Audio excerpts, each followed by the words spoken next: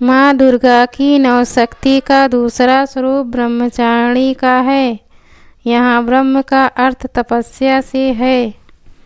माँ दुर्गा का यह स्वरूप भक्तों और सिद्धों को अनंत फल देने वाला है। इनकी उपासना से तप, त्याग, वैराग्य, सदाचार और संयम की वृद्धि होती है।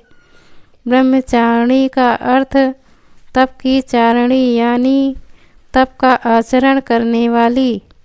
देवी का यह रूप पूर्ण ज्योतिर्मय और अत्यंत भव्य है।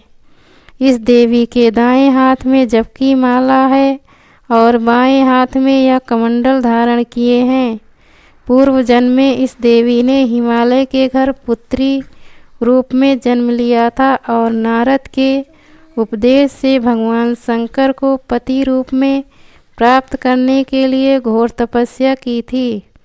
इस कठिन तपस्या के कारण इन्हें तपस्यारिणी अर्थात ब्रह्मचारिणी नाम से अभिहित किया गया। 1000 वर्ष तक इन्होंने केवल फल फूल खाकर बिताए और 100 वर्षों तक केवल जमीन पर रहकर शाक पर निर्वाह किया। कुछ दिनों तक कठिन उपवास रखे और खुले आकाश के नीचे वर्षा और धूप के घोर कष्ट सहे। 3000 वर्षों तक टूटे हुए बिल्वपत्र खाए और भगवान शंकर की आराधना करती रहीं। इसके बाद तो उन्होंने सूखे बिल्वपत्र खाना भी छोड़ दिए। कई हजार वर्षों तक निर्जल और निराहार रहकर तपस्या करती रहीं। पत्तों को खाना छोड़ देने के कारण ही इनका नाम अर्पणा नाम पड़ गया। कठिन तपस्या के कारण देवी का शरीर एकदम क्षीण हो गया।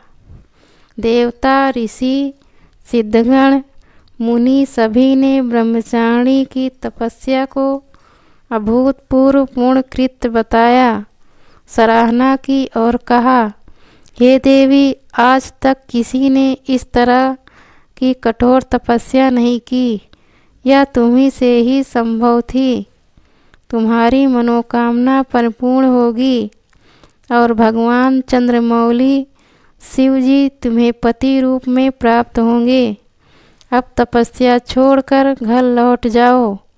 जल्द ही तुम्हारे पिता तुम्हें बुलाने आ रहे हैं। इस देवी की कथा का सार यह है कि जीवन के कठिन संघर्षों में भी मन विचलित नहीं होना चाहिए।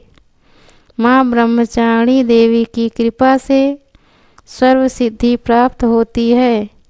दुर्गा पूजा के दूसरे दिन देवी के इसी रूप की उपासना की जाती है। वीडियो अगर पसंद आए तो लाइक करिए, सब्सक्राइब करिए तथा कमेंट बॉक्स में अपने सुझाव एवं राय अवश्य दें, जिससे आगे की नोटिफिकेशन आपको मिलती रहे।